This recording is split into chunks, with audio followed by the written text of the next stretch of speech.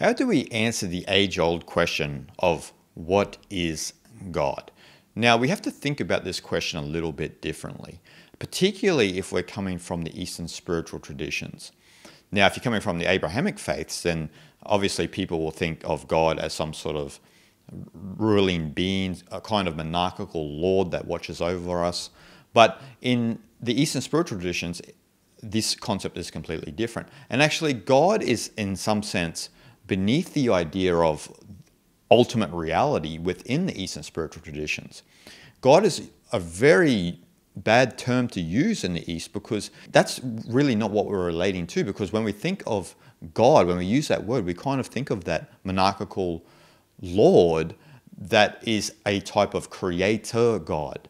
Now, in the East, if we look at the three main concepts of Brahman, the ultimate reality in Hinduism, Tao, the same, the ultimate reality within Taoism, and then Shunyata, which is that ultimate voidness or emptiness within Buddhism, then they are not related to God, a creator God. Now, I'm not saying all three of those concepts are the same, even though Brahman and Tao are almost identical.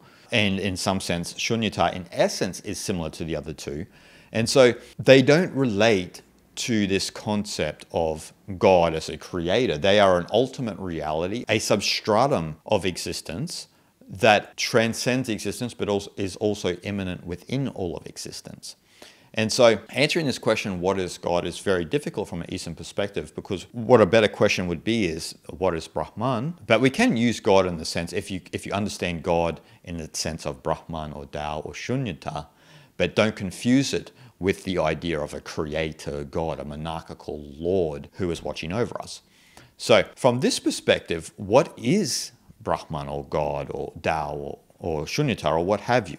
What is this idea, particularly in the East, of this ultimate reality? Now, is it a being? No, it's not a being. Is it something that lords it over us? No. We find in the Tao Te Ching that the Tao loves and nourishes all but does not lord it over us. And so what is this ultimate reality? Well, if we look at quantum mechanics, we find an answer that's very similar to what we find in the ancient Upanishads. Because in quantum mechanics, they speak about that matter doesn't really exist. So this concept of matter, that we are these solid forms, is nothing but energy and one unified field of consciousness. And so in some sense, it's an illusion, which is very similar to Maya in Sanskrit. And so what does that lend into then when we speak about that matter doesn't really exist? Well, quantum mechanics would say matter in some senses is an energy or a vibration.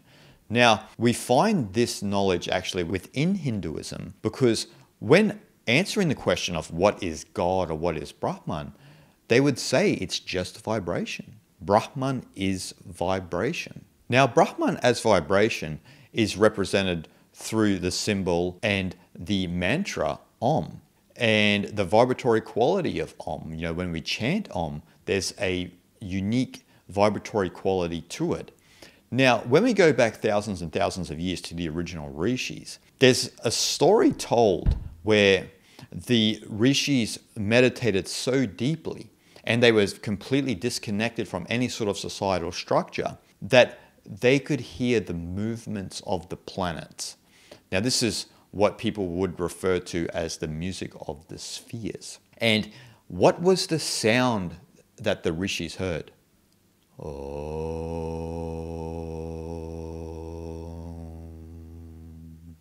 So they could hear the vibratory quality of Om. They could hear the mantra Om. Now, this is a story that has been passed down. Now, you don't have to believe that or not, but that is the story that has been passed down since the Indus Valley times, that the original rishis actually could hear the movements of the planets, not just Earth, but of Mars and Venus and what have you.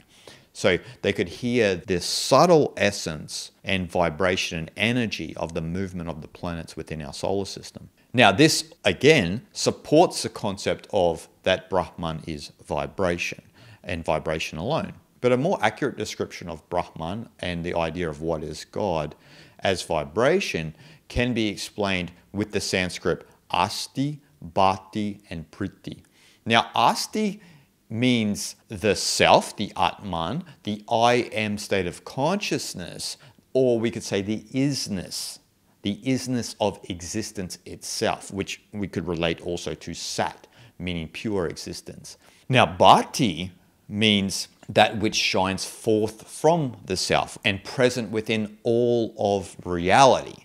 So this concept of the self or the Atman within all of existence, shining forth within all of existence. That which animates you and animates me is that same underlying essence. And so Bhati is present within all life. Now then we come to the third aspect of consciousness, or Brahman if you will, which is Priti. Now Priti means love, or the essence of love which is within all of reality. It is the fundamental energy of existence, the essence of existence. This is why the sages and the rishis of ancient times would say that our nature is pure love. It really is, from an energetic quality, according to the great masters. And when we think of this love, we need to think of it in terms of weight. So when we are in the essence of love, when we feel the vibration, if you will, because love is a vibration, then it's very light. You don't feel heavy. As opposed to when you have a lot of anger or hate or confusion in your heart, it has a particular weight about it, right? There is a particular weight which weighs you down and puts you out of sync with the harmony of life. And so you become disharmonic. And this heavy energy of anger and hate can be a real burden for us to carry around. We all know this. We all know this. But with love, it's not a burden at all. It comes easy. That's the thing, right? Love comes very easy to us. And it's something that we don't have to avoid because we all enjoy it. A lot of our hearts get polluted because a lot of us don't experience this love. Now, I don't mean associated love too, even though that is a part of love. What I mean by associated love is the love that you have for maybe your significant other, your family, your friends, and so forth. That is also important. But what's even more important is this development of unassociated love, which you come from understanding the other two aspects of Brahman and consciousness, which is Ashti and Bhati. Once you understand the nature of your pure existence, the Atman, and you understand that that is within all of existence, then you have this experience of unassociated love or bliss, what we would call Ananda in Sanskrit. And so both aspects of love, both associated and unassociated, are very important and are both an energy we don't have to fight. They come very easy to us. They come easy to us when we are affectionate with the people that we love around us, and unassociated love comes easy to us when we go deeper into our spiritual practice. We begin to feel that essence of love in all life. Maya, the illusion of reality, the illusion of measurement, is somewhat the ignorance of the three aspects of Brahman or consciousness.